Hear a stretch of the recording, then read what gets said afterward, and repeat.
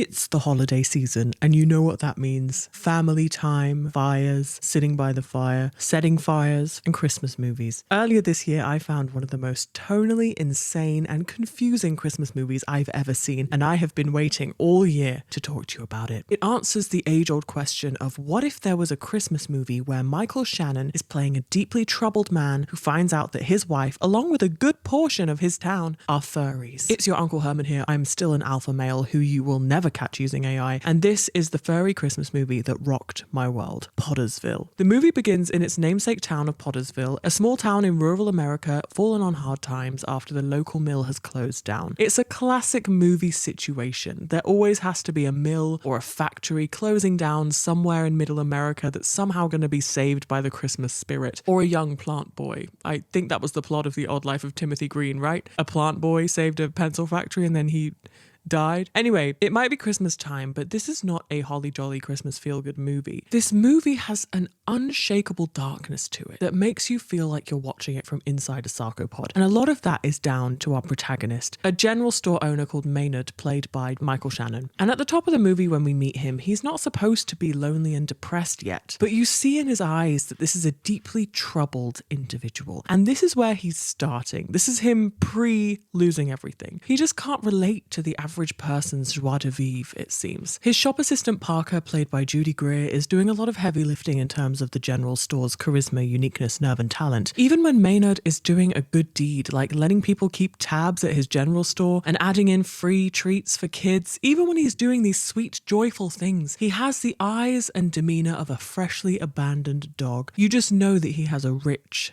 dark inner world. He seems to be currently experiencing a past life in the trenches of World War I during all conversations. And then we meet the town pariah, this gruff dude who hunts elk and drinks moonshine all day. And he actually seems quite chipper and normal in comparison to Maynard. And this rugged, hot hunter-gatherer type, and yes, I said hot, I think that 𝘀𝗵𝘁 is the eye candy of the movie for the alpha male gaze, and I won't be apologizing for that. His character is called Bart, and it's kind of implied that he has a little crush on Maynard. Tell that pretty little wife of yours she has excellent taste. Will do. It's a little wink and a nudge that's never fully explored again, but what fascinating implications. This guy is also an off-the-grid Bear Grylls type who lives in a shed in the woods. That will be relevant later. So with his fresh elk meat from his admirer, Maynard decides to go home early to surprise his wife, and here we learn three crazy things. Number one, his wife is cheating on him. Number two, she is a furry and is very specifically cheating on him in a fursuit with another furry. And three, his wife is Christina Hendricks, aka Joan from Mad Men. Is it cheating if it's dry humping in a fursuit, or is that what we call emotional cheating these days? Either way, it's with Ron Perlman, who plays Jack, the sheriff of the town and also a self-proclaimed furry. You know, I'm kind of a big deal in this town and don't think it'd be good if people knew I was a furry. What's a furry? Furry. It's this club we belong to.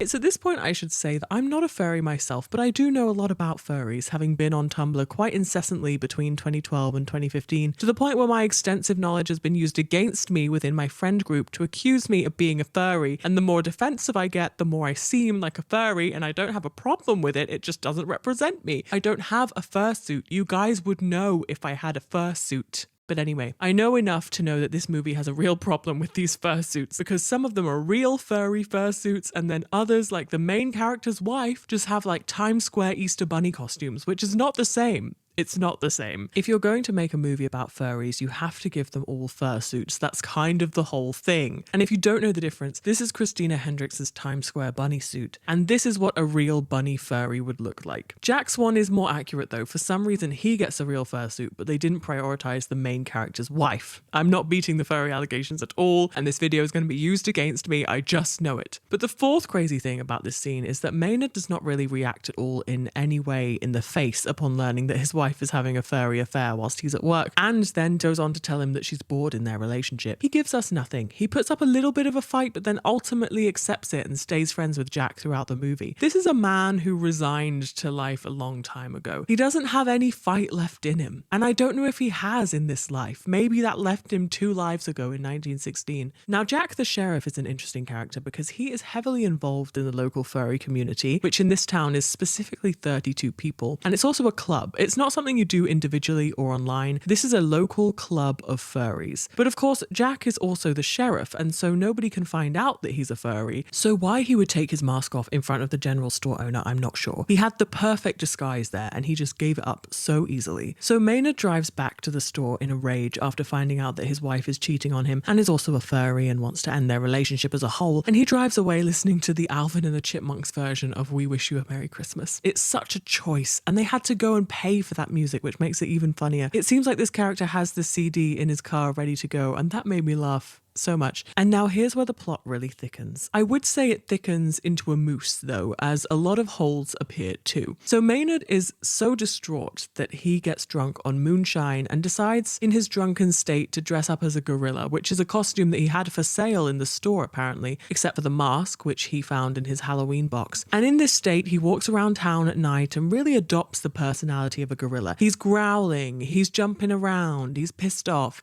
He wants to experience what his wife experiences in her fursuit, maybe. But also it seems to be a separate thing, it seems to be a vessel for his rage. And the next morning, everybody thinks that it was Bigfoot walking around their town last night. And weirdly, we learn from their newscaster and television set that this is either set in the 1950s or this town in particular is stuck in the 1950s. I can't quite make heads or tails of the setting here because there are modern things in this world, but why are there newscasters dressed like this? And why are we watching it on one of these? And now here are my questions and potential plot holes. Let me know if you agree or not in the comments. In this town, which seems to have a population of about 1,000 people, 32 of which are confirmed furries, who go around town in their fursuits, which we'll see later, why would you assume that this is Bigfoot and not a person dressed up? Even without the presence of the furries, why would your first assumption be Bigfoot? I mean, people saw him close up. One child waved to him with his parents, who also waved. They could see this is a man in a rubber gorilla mask, right? Even if your eyesight is bad, your first thought would never be Bigfoot, surely. Or is this just a part of American culture that I don't understand? Do this many adult people really profoundly believe in Bigfoot? Enough to make it the first explanation that they resort to. Is it mass hysteria? Or is it something that they all want to believe in, so nobody breaks the facade for a bit of fun? I mean, the mill just closed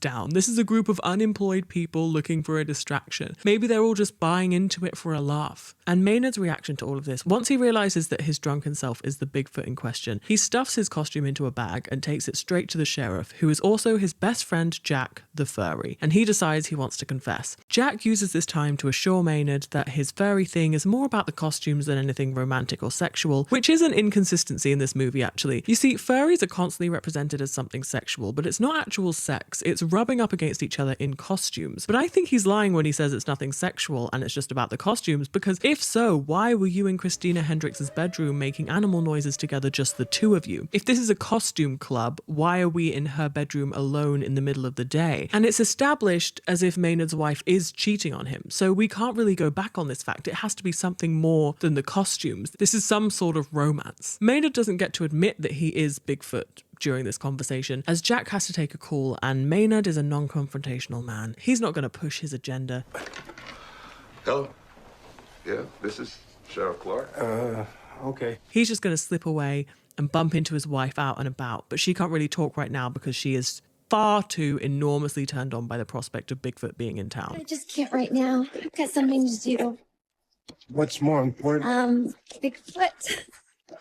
Seriously, you believe in all that? Are you kidding me? I love it.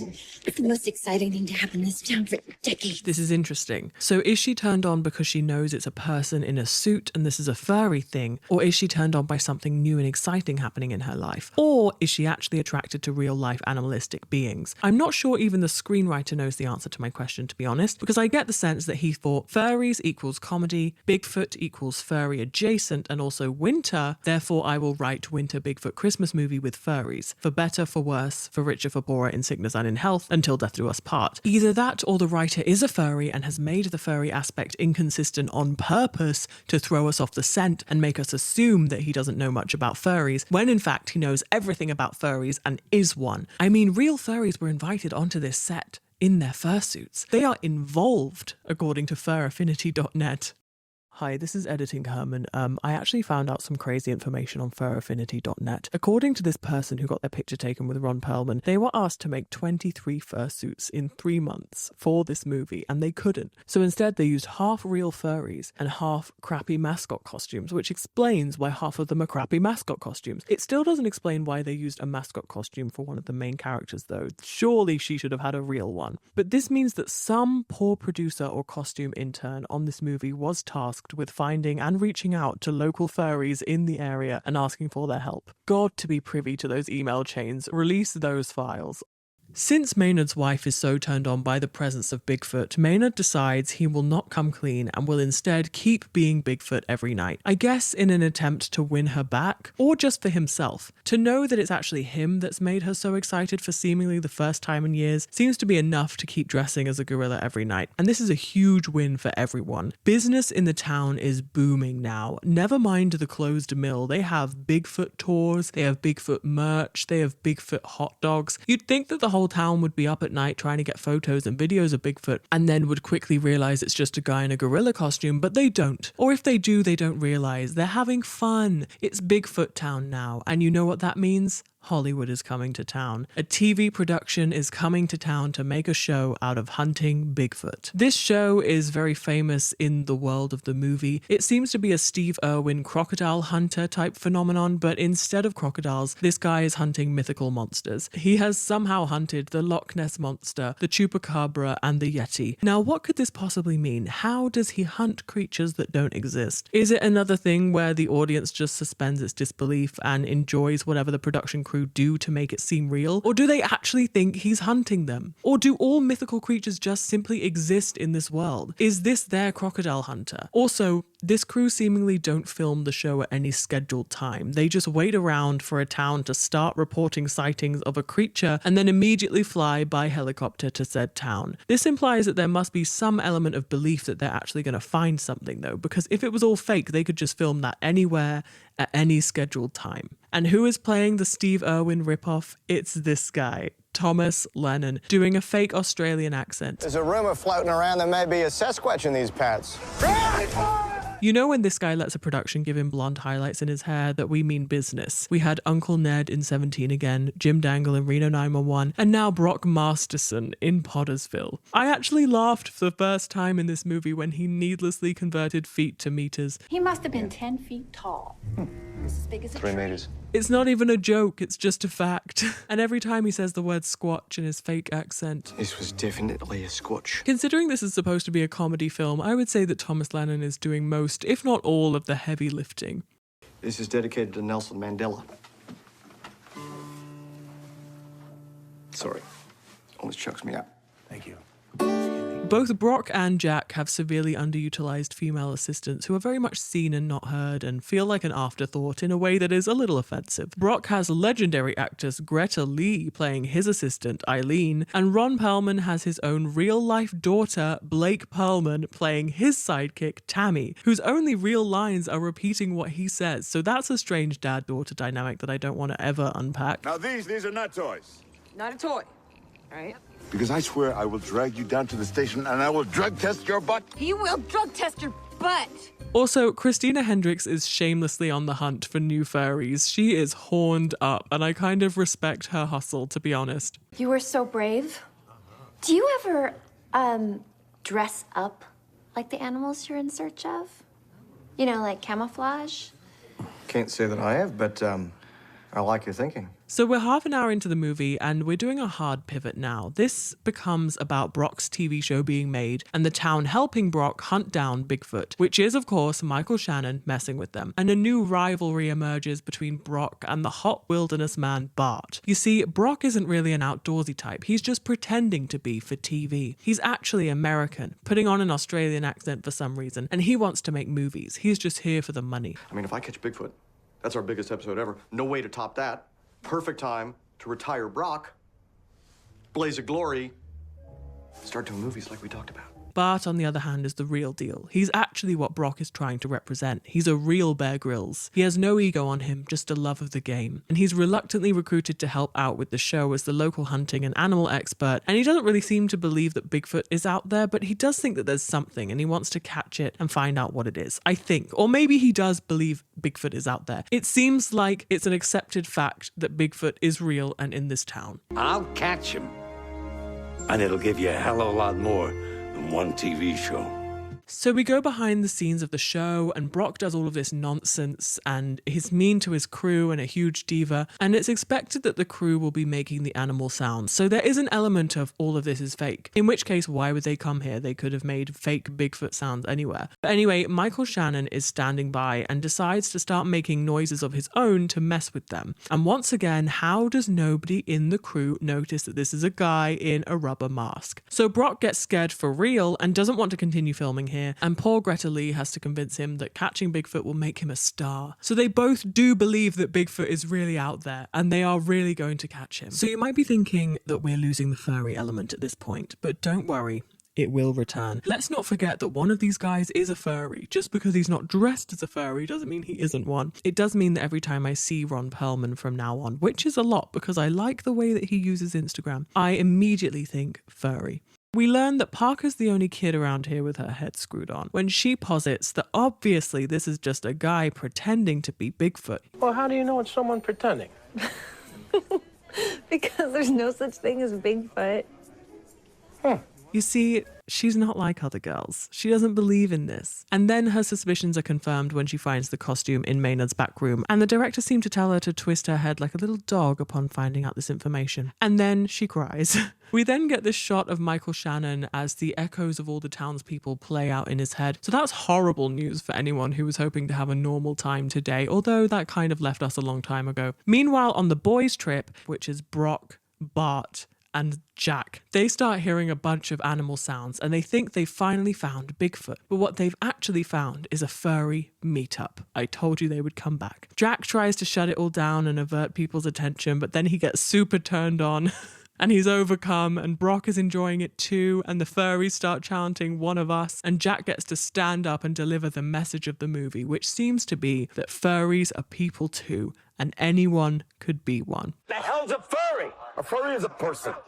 They're people who just happen to like to dress up in furry clothes and rub up against each other. And I'll tell you something else, boy. I'm a furry, okay? And I'm damn proud of it. So after the furry convention, they go back to the woods and manage to actually tranquilize Bigfoot. They apparently don't really look closely at what they've shot, they just sort of assume that it's Bigfoot and not a stray furry, and they put it in a van and immediately drive into town and start shouting that they have found Bigfoot. So the whole entire town can be there for the reveal. And Brock announces that this is the most significant event in the whole of mankind. They have finally captured the world's most elusive beast, which is a good Instagram bio, by the way, if I ever heard one. And a good percentage of the town are still in their furry costumes, by the way. This is what I mean. These people are out and about like this. And then Parker comes forward and takes the rubber mask off and reveals Maynard.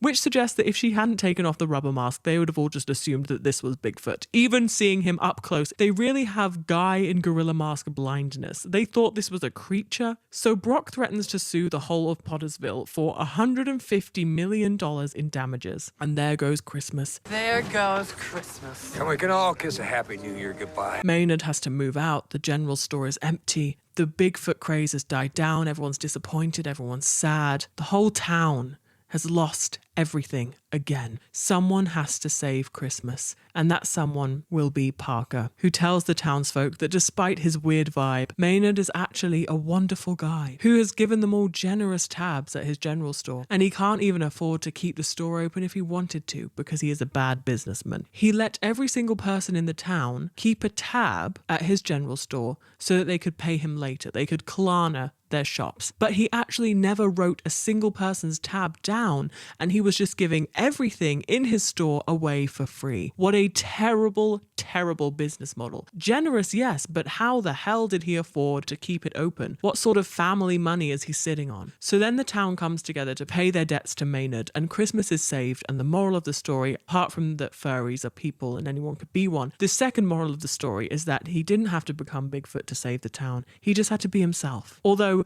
actually, he did have to become Bigfoot to save the town. Bigfoot very specifically saves the town, because now the mill is turned into a Bigfoot museum, and that now brings tourism to the town, and that's kind of how they stay afloat now. Also, now that his wife knows that he's Bigfoot, she tries to come back to him and tells him that she will love him again if he brings the costume. But Maynard tells her that they have to split up because ultimately he's not a furry. And then he kisses Parker instead. And Brock finally gets found out as a pseudo-Australian fraud and is thrown out of a building simply called Network. So I guess he was kind of the villain of the movie, I'm just realizing. But he was also the comic relief. And he was also not really doing anything that villainous. I think that the movie doesn't realize that the protagonist was the real villain. And then Bart tips his hat in a way that implies that he could be Santa Claus. That's how Santa Claus tips his hat at the end of every Christmas movie. I think maybe he was Santa Claus the whole time and we just didn't have time to even address that because we were too Bigfoot focused. And the final shot of the movie is Parker and Maynard kissing and then hearing a monster sound that implies that either Bigfoot is now in the town for real, or it could be more furries. I guess we'll never know. I'm actually very, very grateful for this movie because this kind of movie is something AI could never make. It's nonsense in a very human way. It's full of pure, unadulterated human errors and some actual great performances. All the actors are doing the most. They're committing to whatever this is. It's possible that they thought that this would really hit.